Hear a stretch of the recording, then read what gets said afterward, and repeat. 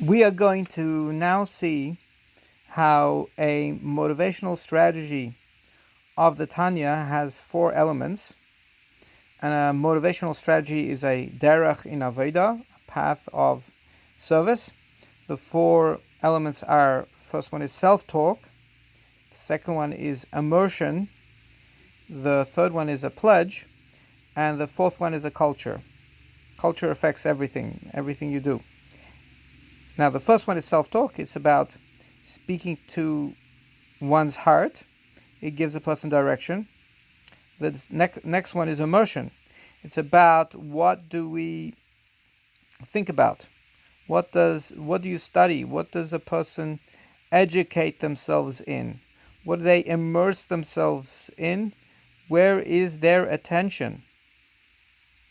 Now the third one is the pledge. It's like a daily pledge of allegiance.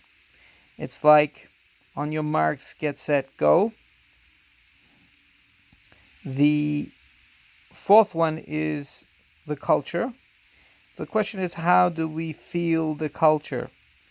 And the best way to get culture is through a living example. And a metaphor could serve, or multiple metaphors, could serve as a living example for the culture of how we do things. And the way we feel the culture, he's going to explain that it's through talking about it, by verbalization and visualization. Now there are 4 motivation strategies in Tanya, corresponding to Avraham, another one Yitzchak, Yaakov and Moshe. Each one of them have 4 elements, so it's 16 altogether. So now we're going to find the thread of Moshe Rabeinu, the 4th motivational strategy.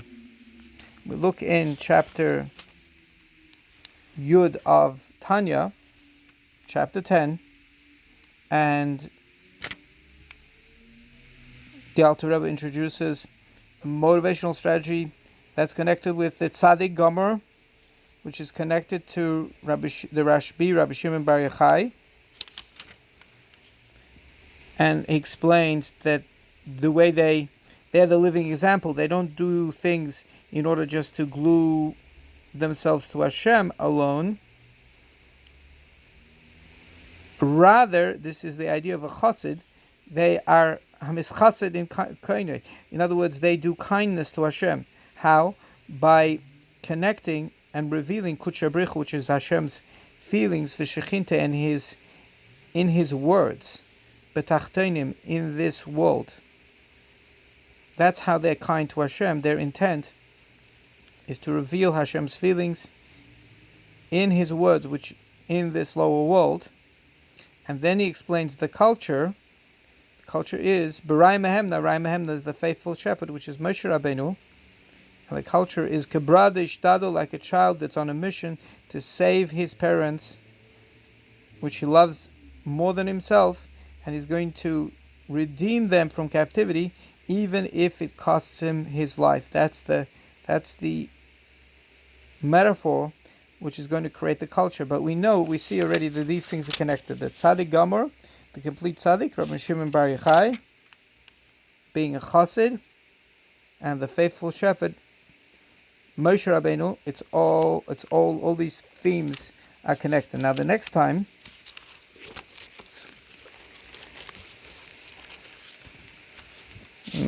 time we'll see this thread brought up.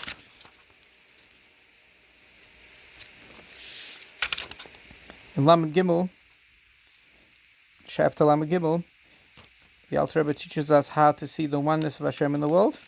And then in Lamed Aleph it says really all the motivational strategies are about being immersed in the oneness of Hashem. However, all the motivational strategies of the Avis, of Avraham, Yitzchak, and Yaakov, but the level of Moshe Rabeinu alav hashalom, Ha'olah al kulana, is beyond the rest. And what did Moshe do? Moshe created a Mishkan, a dwelling place. And then he gives self-talk, changes to first person, What do you tell your heart to give you direction? And he says, since my mind can't really grasp the oneness of Hashem, sure, I study it, but I can't really fully grasp it on the level of the Aves and the Nevi'im, and like Moshe Rabeinu, therefore I am going to make a Mishkan, just like Moshe did. I'm going to be the temple of God through being occupied in Torah. When I'm occupied in Torah, I'm a temple. According to my free time, day and night, and even learning one chapter in the morning, one chapter at night, I become a temple for God. And this is what a person says to themselves, the self-talk, which gives them direction. Then we already spoke about what to be immersed in, but he gives more details in the next chapter, Lamed Hey, that a person's attention is on the fact, on the Shechina, that it is above a person's head. And the Shechina needs fuel, that is the mitzvahs that we do, the Torah and mitzvahs that we do.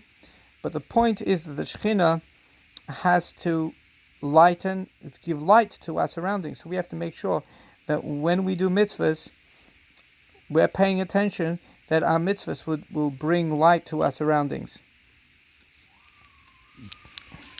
Now in chapter 41, and in chapter 41, he brings the pledge.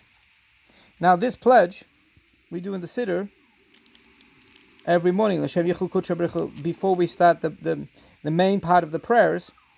So we establish the vision that we're going to implement.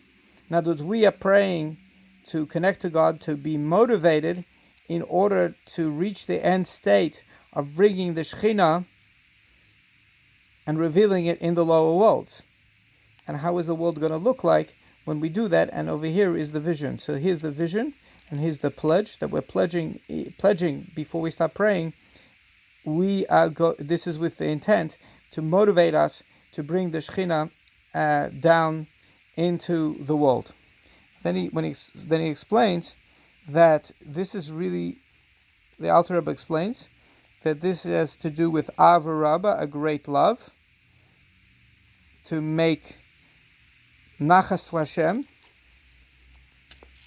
And then he brings the culture again, kabra deishtado, like a son that's on a mission, that he loves his parents more than himself.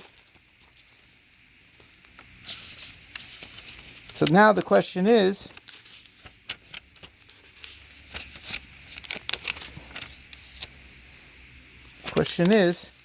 how do we feel the culture? So he deals with that in Mem Dalet 44.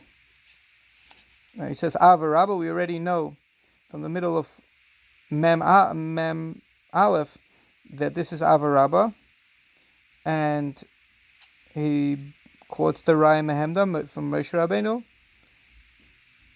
Kabra Deishtadol, basically Moshe Rabeinu explained that the way he serves Hashem is like the metaphor of a son that is going to release his mother and father from captivity, even though he puts himself at peril.